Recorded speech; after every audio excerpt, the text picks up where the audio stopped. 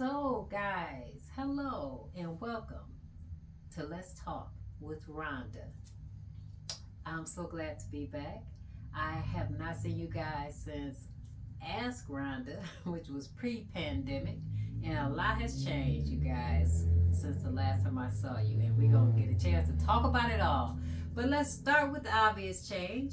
I am now rocking my natural gray and so proud of that and just proud of myself that I took that leap because it was a challenging and it's a whole story behind it, and I won't get into all the details, but I did travel to, get the haircut because I was doing another big chop and I wanted it to be, done right. And so I followed this person on IG and I went to her shop in Philadelphia, myself and my daughter, and made a trip out of it. And here I am.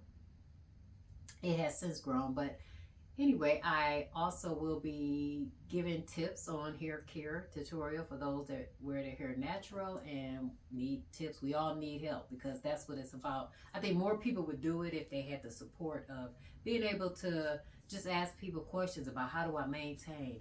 Does my hair require moisture? Should I, basically, what types of styles work best with my curl type?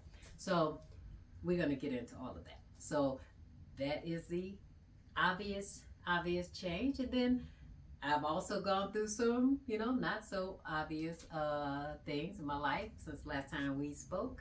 I did a couple laps around the altar and so well, they were more like sprints, but anyway, short-lived, but it's okay.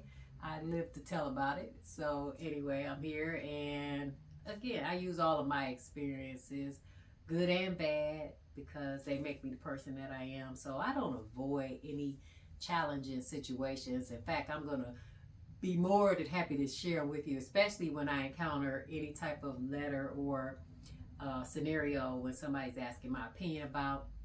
I'm going to let you guys, kind of take this ride with me, and that's why another reason why the title changed to Let's Talk with Rhonda. Okay, so welcome. Thank you for being here.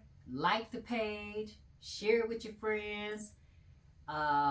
Message, with your concerns or questions or letters or dilemmas, whatever, and then we're going to talk about it. Okay, all right.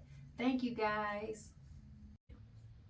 Dear Rhonda, I find that when being invited out to eat with friends, say a group of 5 or more, inevitably, I'm expected to split the tab equally, even though most of the time my individual bill is less than the others because I do not drink. They usually order cocktails. I think this is unfair and should probably be discussed beforehand. I am irritated that I'm expected to pay for others. What do you think? The exception that I make is when the occasion is someone's birthday. I will pay a portion of that person's bill. And this is signed Thrifty Introvert in Toledo. Okay, right, all right. That's a good one to start off and cut my teeth off on. My welcome back letter. So I'm going to go out here and make some assumptions. I don't want nobody to get offended. But I am going to assume that the author of this letter is black. I'm going to assume that. Okay, and I'm going to assume that the other 4 people are white. I'm going to assume that, or some other race other than black. Okay, I'm going to just assume that. Reason why I say that, bear with me, guys, is one, if the person writing it was white, this probably would not be a problem because I'm assuming that this is what white people do. They go out in a big group and then they say, hey, we're not going to sit up here and squabble over who ordered what. We're just going to split this, 5 ways, okay? And everybody just pay their portion, regardless to what everybody ordered. And we all know that in, black culture, and I'm black and have been for some years now, I have never been out to dinner with a group of 4 or more, 5 or greater, and we did that. No, we don't do that. We we don't do that. We do that exception of the birthday thing, like, you know, the birthday person, I got you. Or we can all kind of chip in on the birthday person. But this is usually established, you know, before the orders are even made, like with the waitress. Usually when she's asking, you know, how do you guys want this bill, one bill, or do you want it, you know, separate? Oh, we make it clear then, you know, if I got my kids with me, oh no, these two will be on the same bill, oh those will be on the same bill, well, you know, they'll be on the bill by themselves. So no, we don't just do no one bill because we already know I'm not paying for your drinks. I don't drink either. Thrifty in Toledo. So I get you on that because one, those drinks are very expensive. And you know, yeah, no, I'm not paying for you to have a good time. No, I'm not doing that. So, you know, I ordered whatever meal I ordered, that's what I am paying for. Now, and you know, I don't know if this helps you. You know, maybe you want to, you know, suggest before you guys go out the next time, you might want to suggest that, you know, you guys decide about how you're going to do the bill, like you said, before you get there, because you know that's just bad. Or you know, this might stop them from doing that if, you know, when it comes your turn, since you don't drink, why don't you order the most expensive thing on the menu? This next letter is very interesting, okay? So it goes something like this. Dear Rhonda, I met this guy at a train station. We ended up going to Edgewater together after having a wonderful conversation. He plays chess up there. Lots of his friends were there. He paraded me past them and they were giving him all these looks of approval. It felt kind of good. I decide I will see him again. So we go to dinner at Pacers because he likes ribs. We had a wonderful time. We ate good. He invites me over. I visit and he is very kind. I make him laugh. So he gets cozy with me. Then he excuses himself. I sit and wait. When he does return, he lets me know that he had taken Viagra. Uh-oh.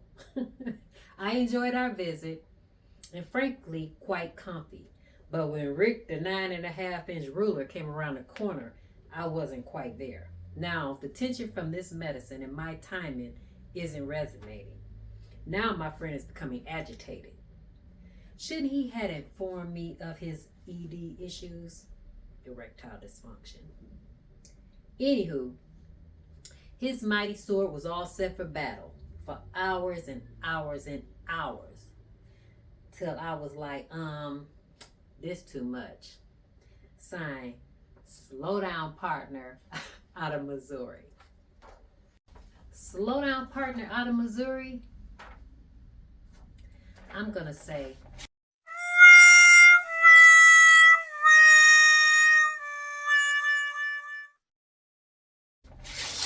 I fail to see the problem, sweetheart.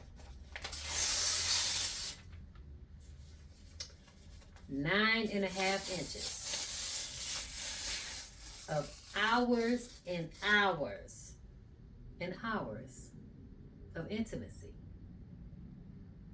and sex with a man who you say y'all have very good chemistry, okay? He's not ashamed to display you amongst his friends. He's intelligent, he plays chess, and he takes you to eat.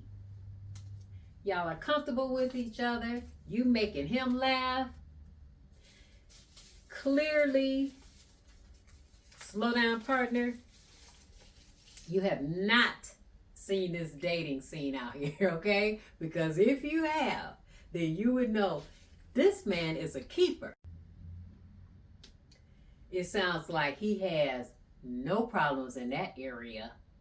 So he didn't want to discuss his medical condition with you. I mean, we don't know how many people are using enhancements to help their sexual acts.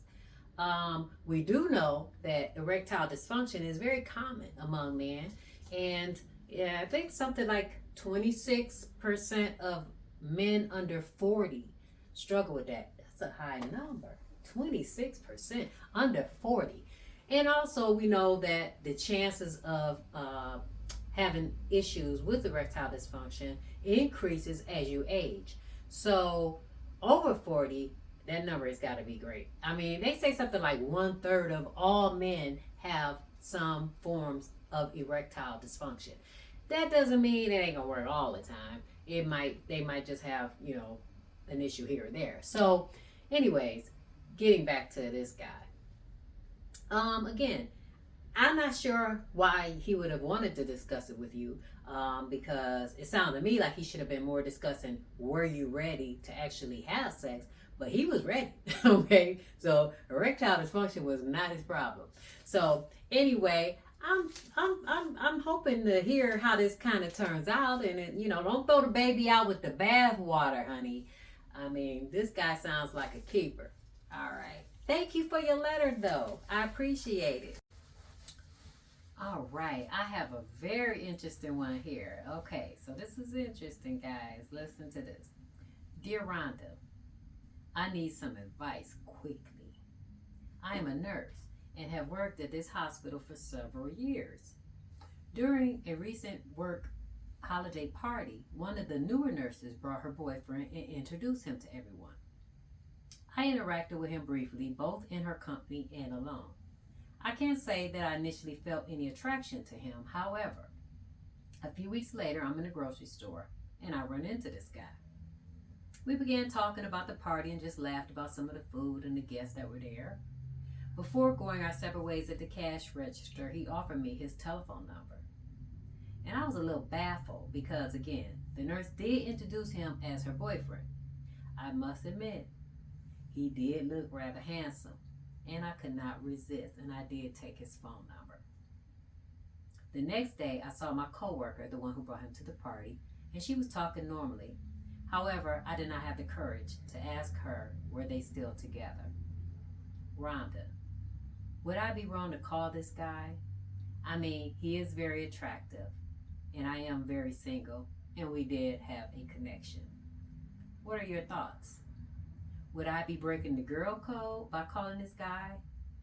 Should I ask her, are they still together? I don't know what to do. Please help. However, I'm going to call bullshit on this because if this was a nurse, nurses eat their young, okay? You would not have waited to run into him in the grocery store. Y'all would have probably left the party together. So I'm going to say maybe if y'all might not be nurses, but even if you are nurses, and this is the dilemma that you're running into, I would say this. Call him, and just ask him, are they still dating? Because that could still be awkward. I mean, even if they broke up. So what, you gonna bring them to the next holiday party? That's gonna be awkward. But, I would definitely, ask him. I mean, you don't really owe her anything. I mean, and if he's single, then he doesn't owe her anything either. So, I mean, it's a million people in this world. More than that. My math is bad. But it's a lot. Okay, so I mean, the chances you guys met, it was chemistry. I mean, they're not together. I mean, you didn't plan to meet them at the grocery store. That just happened by chance. So I would just say, and understanding that the dating pool is a little bit, has urine in it, I would say that if this is going to take you out of the dating pool, then I would go for it. Just my opinion. I would go for it. You don't owe her anything. And if they're not married, they're not married. I mean, you didn't say you guys are friends. Now that's different. Y'all co-workers. Okay. I'm sorry. I mean, you didn't hire her. Anyways, so I would just say go for it. Go for it. You don't get that many chances, to meet that person that you actually spark with. So go for it, nurse.